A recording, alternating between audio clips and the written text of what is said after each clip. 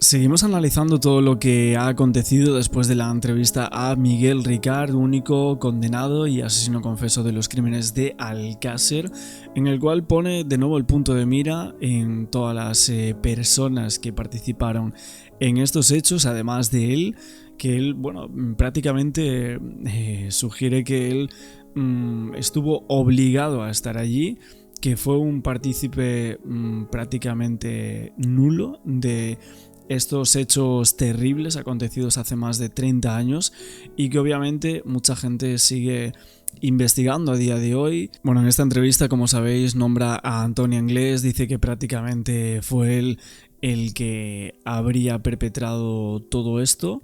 Y luego a su hermano el Mauri, quien por aquel entonces tenía 14 años, si no me equivoco, y con 14 años habría terminado con la vida de una de las menores, aparte de haber participado, según el propio Ricard. Y también otra persona que sería el Nano, este era el apodo de la época de esta persona, que ahora vamos a decir su nombre real, si se investigó algo sobre él o las informaciones que hay un poco en web o en el sumario, y otras 3 personas que son desconocidas, de las cuales obviamente a día de hoy seguimos todos preguntándonos cómo es posible que haya salido después de 30 años diciendo que había unas personas, ya sea poderosas o no, que habrían llegado a una fábrica abandonada. Todo el relato de hecho resulta bastante extraño, cuanto menos. ¿Ustedes se acuerdan? Pues 34 años después tenemos novedades. David González, muy buenas. Hola, ¿qué tal? Bueno, ¿qué nos puedes contar? Bueno, pues lo que seguramente mucha gente ya sabrá, Miguel Ricard, que bueno, por fin le hemos puesto cara desde que salió de prisión, porque él se ocupó durante bastante tiempo de que no viéramos su cara. Hubo un periódico de tirada nacional que en su momento destapó su rostro. Podrían haberle denunciado, pero lo hicieron, que además titularon...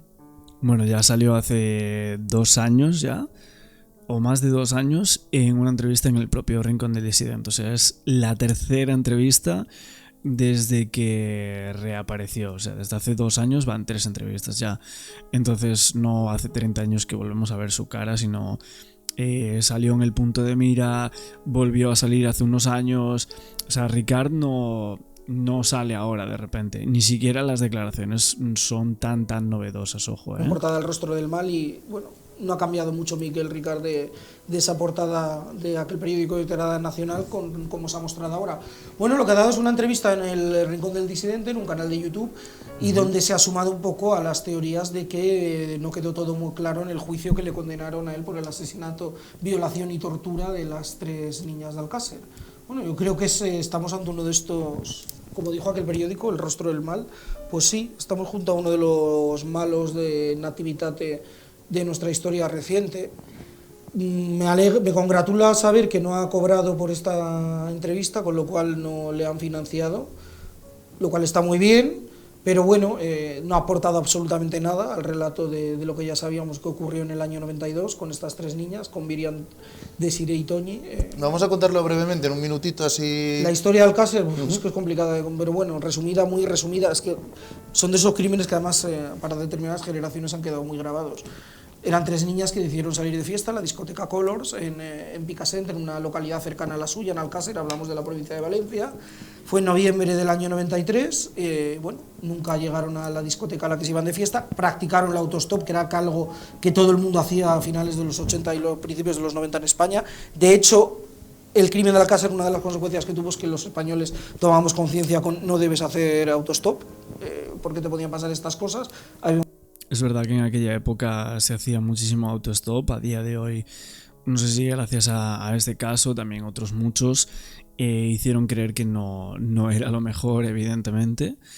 Pero Ricard en esta entrevista, bajo mi punto de vista, dice lo mismo de siempre, que Anglés era el que perpetró todo, que lo amenazó, etcétera. Y que él era un pobrecillo diablo que fue obligado, ¿no? Y no solo eso, sino que encima que no asesinó, que no secuestró a nadie nunca y que evidentemente, sino que se llevan a 3 chicas y él está allí simplemente de casualidad, porque era amigo de esta gente. A ver, personalmente, creer este relato de esta forma en la cual lo cuenta Miguel Ricard es surrealista. O sea, es tan surrealista creerlo así que a mí me resulta ilógico que haya tanta gente creyéndoselo en esa parte. He visto mucha gente diciendo, no, es que seguramente está diciendo gran parte de la verdad de que fueron el Mauri, que fueron esta gente y tal, gente de poca monta y que en realidad no hubo políticos de por medio ni nada, sino la pregunta es quiénes eran esas 3 personas de más de 50 años, que seguramente es el titular más agrandado de esta entrevista, y si podría llegar a haber una participación de personas importantes, aunque a una fábrica abandonada en la que ellos sabían y tal, llevarlas allí, cometer esos hechos en esa zona, unas personas con gran relevancia o política o social, hombre, sinceramente también eso resulta un poco difícil de creer. Vimos a las 3 niñas, durante semanas estaban perdidas, se convirtió en un circo mediático la búsqueda de las niñas, todo el país quedó un poco conmocionado y bueno, recuerdo incluso que en televisión se decía, la gente, las hemos visto en Valencia, las hemos visto en Pamplona, las hemos visto en tal sitio. Y nunca volvieron a aparecer. Nunca volvieron a aparecer, por desgracia, porque en Valencia las hemos visto en Pamplona, las hemos visto en tal sitio. Y nunca volvieron a aparecer. Nunca volvieron a aparecer, por desgracia, porque en enero del 93, como mucha gente recordará, aparecieron los 3 cuerpos de las niñas enterrados. Y bueno, a partir de ahí empezó, yo creo que uno de los mayores desvergüenzas de los medios de comunicación en nuestro país. Cambió de manera sustancial cómo tratábamos los sucesos a raíz del caso de Alcácer. Se machacó a muchos compañeros de profesión por lo mal que lo hicieron en la época. Creo que desde la perspectiva actual las nuevas generaciones juzgan el pasado desde el presentismo, que me parece un error intelectual importante, sin ponerse el contexto. De hecho, hubo una docuserie que la gente recordará sobre el caso Alcácer en 2019, donde se dedicaban a pasar la factura a los medios de los 90, que dicen, bueno, ya cariño, pues es que el contexto social era distinto, y es verdad que se traspasaron muchas líneas rojas, pero el contexto, insisto, era diferente. El contexto no solo de los medios, el contexto de los cuerpos de seguridad del Estado, de la sociedad, bueno, de todo, era diferente. Y lo que siempre digo es que no nos miremos por encima del hombro a los 90, porque ahora en vez de llamarlo Crónica Negra lo llamamos True Crime y somos más fisnos. Le ponemos una producción muy bonita, nos hace una serie Netflix muy lacrimógena, pero estamos haciendo lo mismo, remover las miserias y el dolor de la gente. Y yo creo... Bueno, aquí creo que no tiene absolutamente nada que ver lo que se criticaba en la época y ciertos programas que se habían hecho. Por ejemplo, el Mississippi fue un programa muy recordado, más que nada por la intervención famosa de Fernando García y Juan Ignacio Blanco, que dieron aquellos nombres de los políticos, etcétera, pero también por todas las intervenciones que hubo del caso Alcácer, todos los programas que hay, contando en detalle todo el sumario, entrevistando a unos, a otros, etcétera, todo el tiempo. Entonces, creo que más bien se referían a una desvergüenza periodística por parte de algunos sectores y algunas partes de lo que se comentó en este caso, lo de Nieves Herrero, ¿no? Esos primeros días de Alcácer y lo que fue la novedad fue algo que sí, a día de hoy todo el mundo recuerda, y periodísticamente hablando también lo fue. Pero no tan solo Alcácer, sino por ejemplo el caso de Julen también fue periodísticamente hablando para muchas personas una vergüenza, ¿no?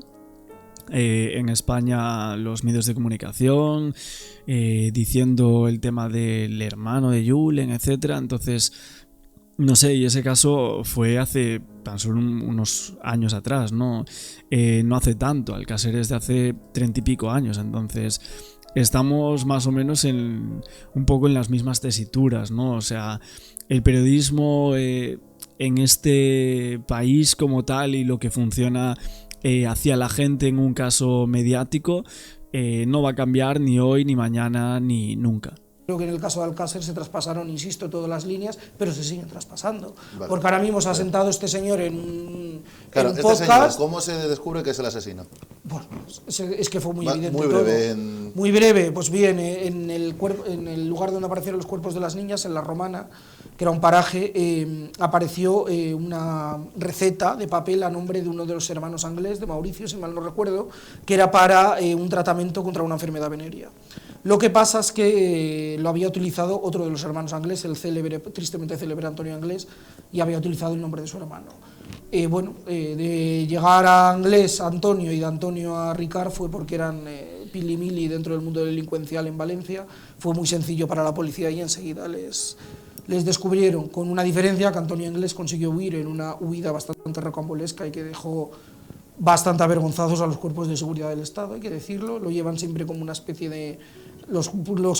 gente que trabajó en la época te dice que lo llevan como una especie de mella en su historial de no haber conseguido localizar a este malnacido, pero... Bueno, de hecho, lo que se dice primero, podría estar en Estados Unidos, informaciones que salían hace unos años. Ahora lo que se habla es que Antonio Anglés estaría en Brasil y que ya lo tienen ubicado allí, etcétera, en una localidad brasileña, se habría cambiado parte de su rostro, etcétera. Y esto, bueno, viene todo precedido porque durante mucho tiempo se han logrado capturar a personas que tendrían que haber sido detenidas, que son prófugos de la justicia, que tenemos algunas fotos de ellos, y de Antonio Anglés, siendo un caso tan mediático, pues alguien lo habría reconocido en algún momento.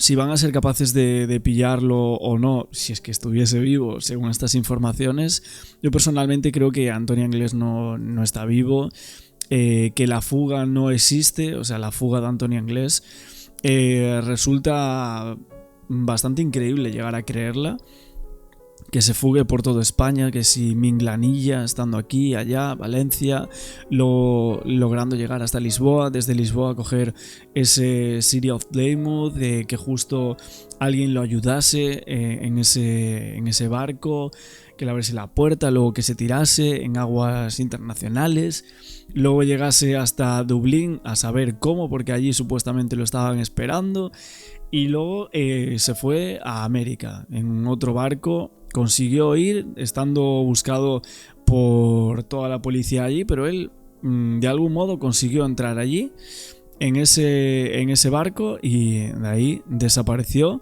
hasta el día de hoy. Fuga impresionante, o sea, evidentemente de película, pero mucha gente nos creemos que Antonio Anglés no sobrevivió después de lo que serían las muertes de las 3 niñas de Alcácer. ¿Estaría relacionada o no con lo que sería la muerte, o sea, la muerte de las niñas, pero también esas 3 personas que cita ahora Miguel Ricard? Porque nos preguntamos todos, ¿cómo podría ser que estuvieran allí 3 personas sin que él supiese nada y que obviamente tendría que ser Antonio Anglés el que contactó con ellos? ¿Cómo sabía Ricard que eran personas poderosas y que tenía que hacer lo que ellos dijeran? Ricard sí que fue detenido, confesó de canto de pleno en la primera declaración que hizo en la comisaría, luego reinventó muchas cosas durante el juicio que se celebró 4 años después, en el año 97, pero la evidencia es que este señor fue condenado por secuestrar, torturar y asesinar a las 3 menores de Alcácer, y es que sentencia reafirmada por el Tribunal Supremo, y poco más hay que decir. Vale, ¿y qué ha dicho ahora, Ricard? Bueno, ha vuelto un poco a enlazar, a ver, es que en ese ecosistema mediático de los 90, que algunas cosas, insisto, ponen los pelos de punta a verlas desde hoy, se jugó mucho a la teoría de la conspiración, a la teoría de que Anglés y este personaje, Miquel Ricard, eran prácticamente 2 chivos expiatorios y que había detrás mucha más gente, incluso llegaron a apuntar a gente poderosa, porque ya sabes que esto siempre da mucho morbo, que había ahí poderosos detrás y un poco menos con una asociación de depravados para violar a menores de edad. Pues no, la realidad es que estas 3 niñas tuvieron la desgracia de encontrarse a estos 2 hijos de puta en su vida y que les destrozaron la vida a ellas, a 3 familias, a toda una localidad, y me atrevo a decir que impactaron durante años a toda una sociedad como es la española. Y esa es la verdadera historia. Lo que ha contado ahora es volver a poner el foco sobre la existencia de más personas involucradas en el crimen. Hay que decir, por puntualizar, que es verdad que siempre hubo la sombra de la sospecha de que había un tercer miembro en el famoso coche que se llevó a las niñas esa noche. Siempre se ha apuntado a Mauricio, a otro de los hermanos Anglés, y es cierto que este hermano, que es inusualmente inteligente para la edad que tenía e inusualmente inteligente para los ambientes en los que se movía. A mí se me pareció un personaje bastante más oscuro que Miquel Ricard. Llegaron a tener un careo en el juicio en septiembre del 97, un careo judicial que no sirvió para aclarar nada, porque Ricard sí que le llegó a implicar en el crimen, pero no se consiguió demostrar nada. Bueno, lo que dicen aquí en este medio que están relatando esta noticia desde Es Diario es que Mauricio participó junto a un cuarto hombre misterioso que sería el Nano. Como tal, lo misterioso serían los otros 3 hombres. El Nano tenemos alguna foto de él, si no me equivoco. Creo que hay un blog que habla de el espectro número 8 del caso Alcácer de MC Mac del Horror. Aquí lo tenéis. Esta sería la supuesta cara de este señor, que muy pocas veces ha salido esto. Bueno, lo vemos obviamente con las siglas de este blog. Y así sería las fotos de esta persona, de el Nano, como así lo describe este hombre Miguel Ricard en esa entrevista. Y aquí, bueno, dan un poco de información sobre este hombre, más que nada porque es un escenario que pulula por el caso Alcácer, que sería la zona de Ribarroja. Se llegó a pensar, esto lo tengo visto en algunos blogs, que esa zona de Ribarroja y en el momento de entre el 89 y el 92, que es cuando sucede la desaparición de las niñas de Alcácer, hay una noticia que tenemos aquí que es del diario ABC, que firma Gemma Alonso, que dice que la policía descubre en Valencia una nueva red dedicada no por infantil, y el que estaba detenido acusado de traficar con estos vídeos sería el Turco. Todo esto en esa zona, entre Liria, Ribarroja, etc. ¿Por qué mencionamos esta localidad? Más que nada porque este es un pueblo muy cercano a Benaguasil y Liria, y allí está domiciliado el Seat Ronda Azul, supuestamente del desaparecido Antonio Anglés, a nombre de un personaje bastante importante que sería Iluminado Saturnino Amador. Hablamos de este nombre porque se sugiere que el nombre que os acabo de mencionar, Iluminado, sería el famoso Nano. O sea, y este Seat Ronda Azul, según lo que cuenta Miguel Ricard en su primera declaración, es el coche usado en el secuestro de las 3 niñas. Algo que parece bastante imposible porque fue adquirido por Anglés en diciembre de 1992 y el secuestro de las niñas se produjo el 13 de noviembre de 1992. O sea, según lo que manifiesta Ricard en la vista oral, este Seat Ronda era propiedad de Anglés, que lo había comprado utilizando un documento de identidad de un tal Francisco Partera Zafra, otro conocido de Ricard, vamos a decir, ¿no? Pero que el tomador del seguro de vida de este vehículo era alguien llamado Saturnino Amador Iluminado, un recibo a nombre de este señor en concepto de un seguro con previsión de fondos y un importe de 20.000 pesetas en la fecha del 4 del 12 de 1992. Luego tenemos ese justificante provisional, el que hace constar que recibe de Francisco Partera Zafra el permiso de circulación. Y luego hay una propuesta de seguro de automóviles de la que es tomador este hombre Iluminado, de Ribarroja del Turia, expedido, como os digo, ese mismo día. Y precisamente en esta misma población, en Ribarroja, es detenido un individuo en esa misma época que ahora estamos comentando, apodado el Turco.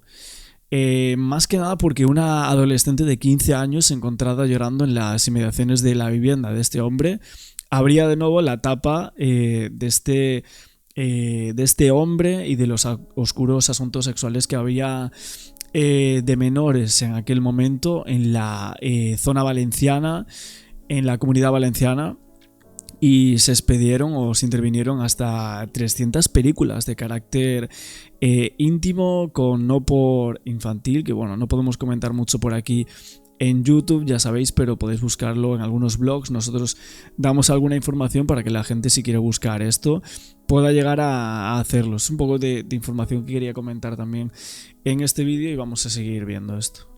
Que pudo estar implicado un tercero, que es uno de los hermanos de Anglés, bueno, pues yo no lo descartaría porque la familia Anglés, en fin, cualquier cosa menos dedicarse a algo positivo. Él habla ahora de un cuarto al que llama el nene, habla de que fue una cosa premeditada y no que se les ocurriese en el momento llevarse a 3 crías y hacer lo que hicieron. Bueno, tiempo había tenido en todos estos años que ha pasado en Herrera de la Mancha, que pasó en Herrera de la Mancha, de contar si es verdad que había alguien más, pero más allá de esto es que poco puede aportar. El único gran misterio que hay alrededor de Alcácer, morbos aparte, el único gran misterio es dónde leches está Antonio Anglés, si está vivo o muerto, pero es que no hay ningún misterio más, por desgracia, lo que pasó es lo que pasó y ya está, no se le puede decorar. Creo que si echamos la vista atrás, estas teorías de la conspiración, a quien más daño hicieron es a uno de los padres de las niñas, a Fernando, el padre de Miriam, que incluso tuvo problemas con la justicia por sumarse a esas teorías de la conspiración, que yo... Bueno, a ver, como tal, de lo que cuenta Miguel Ricard, no sé hasta qué punto nos podemos creer. Entonces, decir que todo es teoría de la conspiración y demás, también es, no sé si quitar trabajo a muchísimas personas que han estado investigando este caso sin llegar a una verdad o habiéndose quedado por el camino por impedimentos, ¿no? También hay algo que había leído, es que al momento de que trincaron a Miguel Ricard al subir a la casa de los Anglés, por esa supuesta historia de que cogieron el papel, etcétera, como estaban comentando aquí en este medio de comunicación, hay en un momento que sucede algo bastante curioso. Esto lo cuenta Las Provincias, si no me equivoco, en este medio de comunicación, que después de la primera declaración de Ricard sin éxito o sin confesión, según lo que nos cuentan, al parecer Miguel se quedó merodeando la comandancia de la Guardia Civil y un agente del grupo de información de la Benemérita inmediatamente lo reconoce y lo relaciona con un extrañísimo suceso anterior. ¿Pero cuál era este suceso? Los agentes se terminaron con él y no se marchó de la zona, seguía paseando por allí esperando a algo o a alguien, y esta persona lo reconoce. Resulta que 3 años antes lo habían detenido por asaltar unas instalaciones de la Guardia Civil a robar un cargador, supuestamente.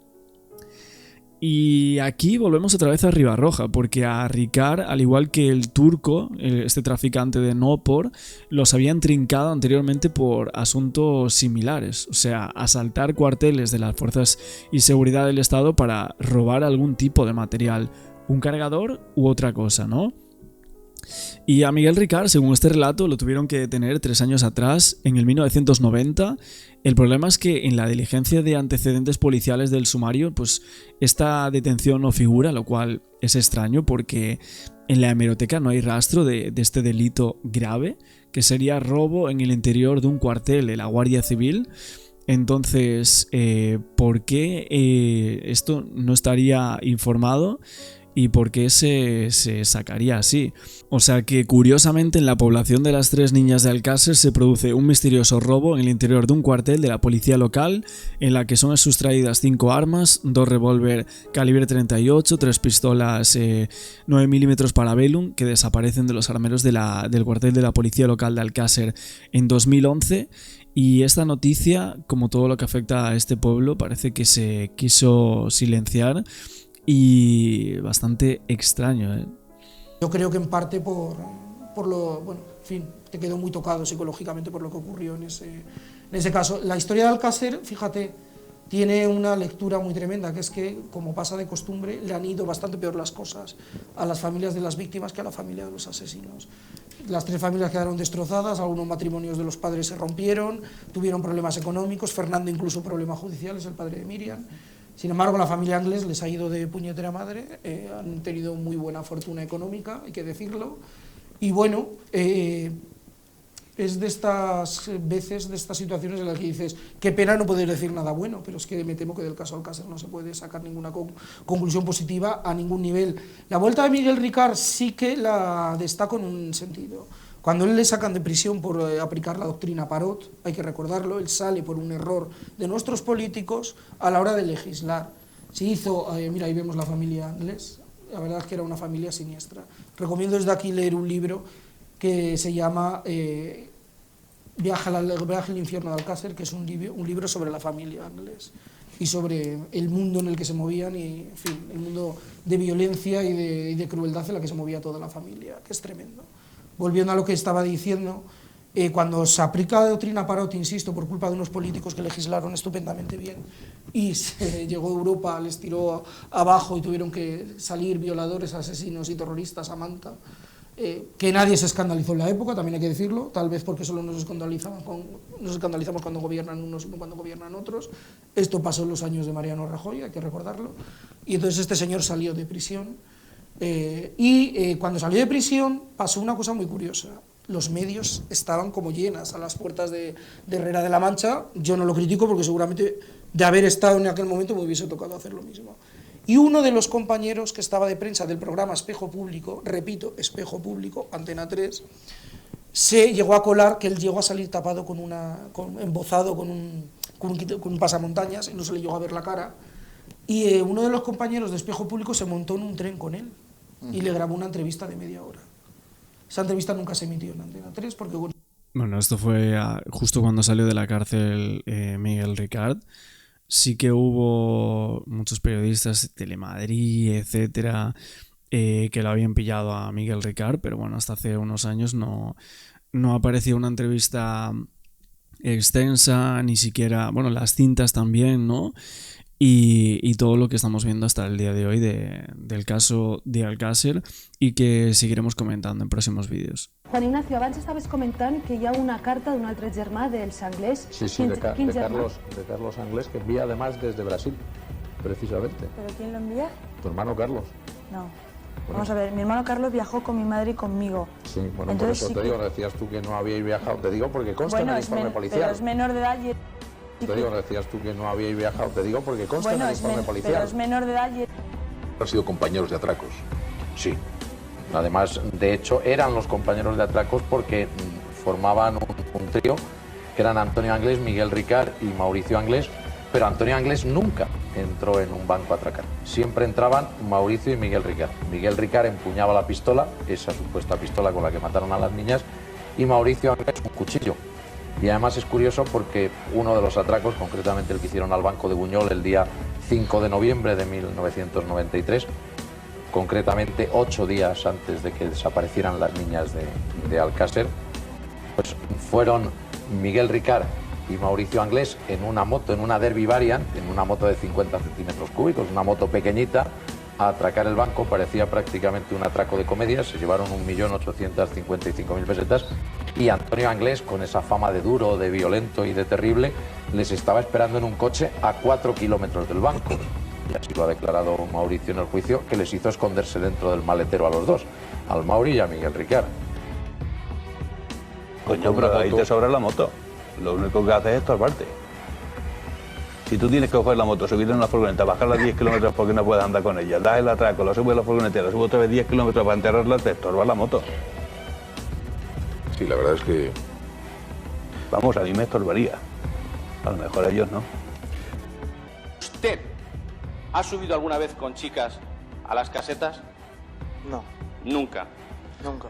Le quiero hacer una última pregunta. En las muertes de las 3 muchachas de Alcácer, en el rapto anterior de ellas y en los hechos contra su libertad sexual que se hayan podido llevar a cabo, ¿usted ha intervenido de alguna manera? No. Y estoy harto de decirlo. No, no y no. Nada más por mi parte, señor. Si Mauricio Anglés fuera una tercera persona, habría para considerarlo como un escándalo nacional. Mauricio Anglés i Fernando García abraçats. Una imatge imprevisible que s'ha produït esta setmana a les portes de l'audiència. Yo creo que me has dicho así, algo como no he podido hacer más o... Que no estaba en nuestras manos. o algo así. Si hubiese estado en nuestras manos no hubiese sucedido nada. Que se encontraran sin vida los cuerpos sin vida de Miriam, Toñi y Desiree. Su presunto autor, Antonio Anglés, nunca fue encontrado Y ahora, un equipo forense analiza un cuerpo no identificado encontrado en Irlanda hace 15 años y que muestra supuestamente un gran parecido con el autor del crimen de las 3 niñas. Dicen que una prueba de ADN reciente podría dar un vuelco a toda la investigación, que los agentes no han parado de buscar a Anglès como presunto autor de la muerte de las niñas de Alcácer junto a Miguel Ricard, que fue el único condenado por este crimen. Y hace 15 años se encontraron restos de un cuerpo no identificado en la isla de Lambay, situada en la costa norte del condado de Dublín, la capital irlandesa. Pero sin embargo no fue hasta ahora cuando se ha podido reconstruir el cráneo del cuerpo digitalmente y que las autoridades irlandesas han pedido ayuda para identificarlo. Se comenta que esa petición de ayuda llegó a España y que las autoridades españolas quedaron perplejas al observar su gran parecido con Anglès. Y es por ello que la policía española pidió que se cotejara el ADN de ese cráneo con el del criminal para comprobar que efectivamente sí podría tratarse de él y poder cerrar por fin el caso Alcácer.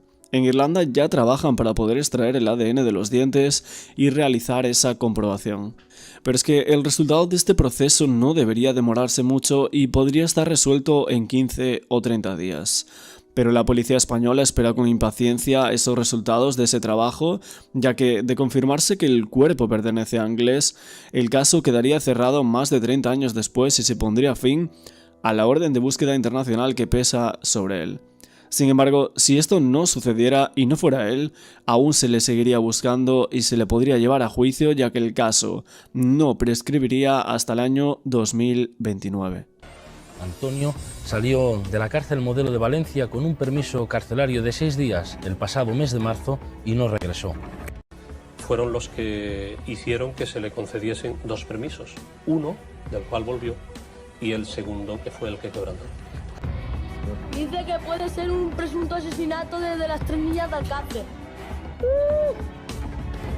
¿Él? No, él no puede ser. Él no tiene corazón para eso, él es un buen chico. Él es bueno. Mira, yo estoy asustada, ¿sabes? Que se pone nerviosa. A Ricard no li agrada que li recorden la seva participació en el crim que ell mateix va reconèixer en ser detingut. Tanto en Anglès, que es la gran pregunta, el gran misterio de todo este caso. ¿Por qué le va a decir ahora y no lo ha dicho hasta ahora? Él lo dijo en el juicio y no le creyeron. Dijo que estaba muerto y nadie siguió esa pista, pero él dijo que estaba muerto. El Antonio a primeros o a mediados del 93 ya lo mataron, así es que no, lo mataron. Si es que eso yo lo tengo muy claro. Esa idea a mí no me la quita nadie. Dando la vuelta a toda la situación, después de escucharlo tantas veces en el juicio, en realidad puede ser que él fuera el jefe auténtico de la banda. Las niñas de Alcácer pues fueron Miguel Ricard y Mauricio Anglès en una moto, en una Derby Variant. Que Miguel Ricard sabe qué pasó, y dónde está, y cuándo ocurrió, y por qué desapareció. Pero nunca ha ayudado a la justicia, nunca ha dado ninguna pista para que la justicia fuera a explicar lo que es caso Alcácer. Vamos a ver, yo creo que el caso Alcácer es un caso sin resolver, donde solo se sabe una parte del iceberg. Lo más importante nunca se descubrió. Uno puede pensar lo que quiera. Lo que no tiene género de duda es que el día 27 de enero, cuando encuentran los cadáveres de las niñas Anglès, estaba muerto. Y el día 13 de noviembre del 92, cuando desaparecen las niñas, Antonio Anglès estaba muerto y bien enterrado. ¿Qué es lo que ocurre? En un momento en el que tú dices eso, dices, eso es mentira. Entonces dices, no oiga usted, es que antes de hablar y antes de decir nada, se ha trabajado mucho. Bueno, Antonio Anglès muere en un ajuste de cuentas. ¿Es certeza o quieres saber quiénes fueron en este caso los asesinos de Anglès o no? Hombre, evidentemente sus 2 colaboradores íntimos y amigos, su hermano Mauricio Anglès y su amigo Miguel Ricard.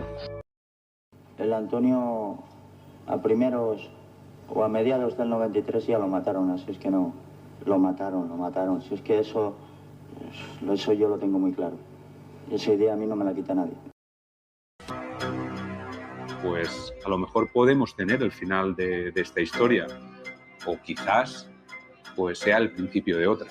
Si estamos así 30 años después y no sabemos todavía si está vivo o está muerto, es porque muchas cosas o no se han hecho bien o no se han hecho. Pienso que hay elementos suficientes para seguir investigando qué ha pasado con Antonio Anglés. Esta no va a ser nuestra última vez. Creo que nos volveremos a encontrar en el camino. La fuga de Anglés, que es un sinsentido, que dicen que cogió un taxi desde Catarroja, se fue a Alborache, después estuvo en Valencia, estuvo también en Cuenca, en otros lugares más, testigos dicen que lo habían visto, se puso de camino a Portugal, probablemente dicen que vía Madrid, también estuvo en Lisboa. Y por supuesto, ahora dicen que también fue desde Lisboa hasta Irlanda en ese barco llamado City of Plymouth y que incluso estuvo en Dublín. Y desde Dublín dicen que ahí las teorías ya lo sitúan en América Latina, en Brasil, ¿no? Ahora ya tendría más de 55 años. Dicen que tendría una nueva imagen y una nueva vida, pero lo único cierto es que la última vez que se supo de él estaba en Europa. Finalmente huyó de Valencia, pero en Buñol se produjo incluso un tiroteo. Anglés volvió a conseguir escapar. Se le vio después en la estación de trenes de Valencia nuevamente, pero su rastro también se perdió. Más tarde robó una furgoneta en Cuenca y a partir de ahí se acabó todo. Ni una pista real más sobre Anglés, solo meras hipótesis entre las que se incluyen que cruzó la frontera de Portugal, que huyó en un barco rumbo a Irlanda y que se le ha visto en Montevideo. Y se va a juzgar a Miguel Ricard. Para él se piden más de 200 años de cárcel. El juicio empezará, pero habrá sin duda un gran ausente, Antonio Anglés, al que se considera el autor principal de las muertes de Miriam, Toñi y Desiree. 30 años llevas investigando, uno desde que sucedió, o sea que te incorporaste de manera inmediata al caso. No, interesado realmente por el caso desde el suceso, desde el momento de la desaparición de las niñas, y lo que es investigando in situ sobre el terreno, con la familia, con las víctimas y con la documentación sumarial, digamos, desde el año 96, desde agosto del 96. Qué bárbaro, Paco. Encantados, de verdad, de que nos acompañes. Carlos García Barret es investigador privado y criminólogo y además se ha desplazado desde la hermosísima ciudad de Córdoba para estar con nosotros. Muchas gracias. Gracias a ti. Qué amable. Y Julián Palomar, que curiosamente queríamos contar con él en la primera entrega, pero por el azar de la vida no fue posible, pero afortunadamente hoy sí que está con nosotros. Psicólogo. Hola. Buenas tardes, María José. Buenas tardes, bienvenidos. Una parte fundamental de este caso es: hay una persona que fue encarcelada, que está en libertad. Hay otro encausado que ha desaparecido, no sabemos si está vivo o muerto.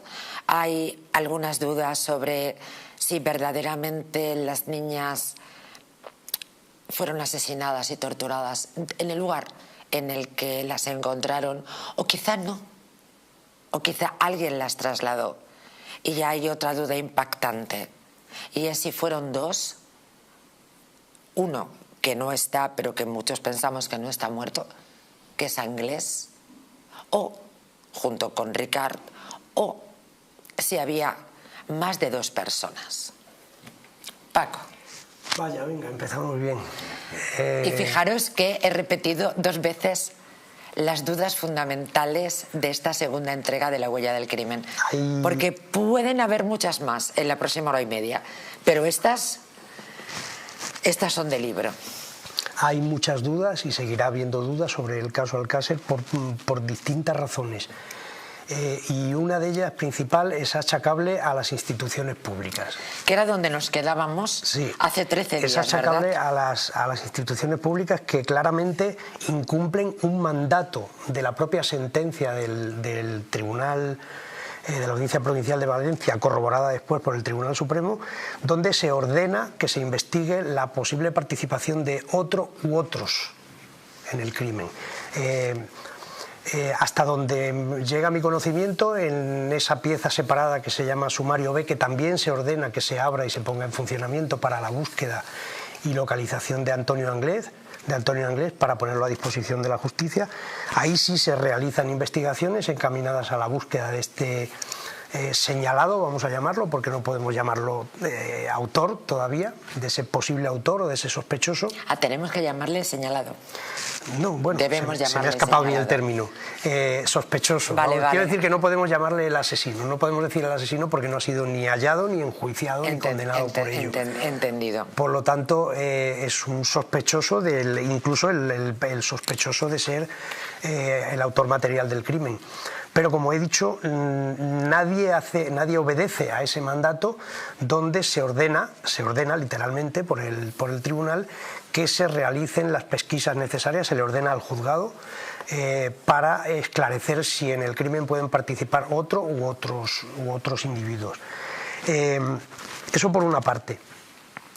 Miguel Ricard fue el único detenido, el único condenado y el que ha cumplido en su totalidad la pena. Cuando digo en su totalidad, no, pues le cayeron 170 años. 173 años de prisión que se recortaron a 21, digamos, y ese uno iba tarde porque todavía no se había derogado la doctrina Parot, que es la que le hubiese tenido al menos hasta los 30 años en prisión. Es decir, hasta... Pues hasta casi todavía, 13 ahora, el 23, exactamente. Para el 23. Prácticamente ahora... acabaría de salir. Acabaría de salirse, ya sí que estaría en el máximo total permitido por la ley y probablemente no hubiese obtenido ningún beneficio penitenciario porque precisamente por su condición y por la alarma social que atrajo este suceso, pues es muy difícil que le hubiesen concedido un beneficio penitenciario. Sobre la participación de otras personas, evidentemente hay una serie de indicios, pruebas, que son esos vellos que se están analizando, que sí tenemos claro hasta el momento que pertenecen... Hay un número nada desdeñable, que no sé si alguien conoce la cifra de esos vellos púbicos, además, ¿verdad?, que aparecen en los cuerpos de las niñas y que, según investigaciones, es que no corresponden. No corresponden con... Ni a Anglés, ni tampoco a Miguel Ricard. Ni Antonio Anglés ni Miguel Ricard, y sí son perfiles de entre 5 y 7 personas, podrían ser un mínimo de 5 y un máximo de 7, pero 5 seguro. Que como ya hicimos la salvedad del otro día, no tenemos por qué entender necesariamente que esas pruebas biológicas pertenezcan necesariamente a los asesinos. Vamos a recordar por qué, porque podría ser que algunos de nuestros espectadores, aunque tenemos la fortuna de que no sean muy fieles en el seguimiento de la huella del crimen, pero quizá no estuvieran hace 13 días, el hecho de que podamos encontrar pues determinadas residuos o elementos o restos biológicos en el lugar, en la escena del crimen, no quiere decir que sean de los asesinos, sino que es una escena del crimen contaminada, ¿no? Esta es la explicación. Bueno, en principio la moqueta ni la encuentran. Entonces la moqueta venía de un basurero, ¿no?, si no me equivoco. La moqueta en la que están envueltas las niñas. Sí, se la encuentran. ¿Conoce el origen de la moqueta? Claro. O sea, ¿de dónde procede? Según la declaración de Ricard, procede de la caseta de la Romana, sí, pero no hay certeza. Lo que sí es que sobre esa moqueta se ha acostado o se ha podido acostar mucha gente. Y los colchones, incluso, ¿no? Exactamente. Y los colchones incluso llevar a cabo prácticas sexuales. Claro. Eso quiere decir que se contamina, evidentemente, porque tienen que haber más residuos biológicos de otras personas. Es decir, que 2 por 2 no son 4. El hecho de que se hayan encontrado ese número de vellos púbicos no quiere decir en absoluto que pertenezcan a los agresores, a los asesinos de esas 3 criaturas, sino que podrían ser, bueno, por lo que estamos diciendo, casi de cualquiera, ¿no? Por la Pero de ahí la importancia que se investigue y se averigüe eso. Claro. ¿En eso se ha estado? ¿Perdón? ¿En eso se está, en la investigación de esos vellos públicos, o en eso se ha estado? Sí, se está por el impulso de una de las acusaciones populares. Se está trabajando ahora, se están analizando una serie de vellos y pelos. 31 años después. 31 años después, y se pretende obtener algún tipo de información a partir de esos análisis que todavía, creo que hace un año y pico ya que se solicitaron, todavía no han ofrecido resultados. Antes de pasar a analizar la figura de Miguel Ricard, sí quiero hacerte una pregunta, Paco. que iremos desarrollando a lo largo del programa con independencia de las investigaciones que nuevamente están abiertas, el pálpito, la experiencia, el tesón, la obsesión, diría yo, con un caso al que llevas entregado casi 31 años.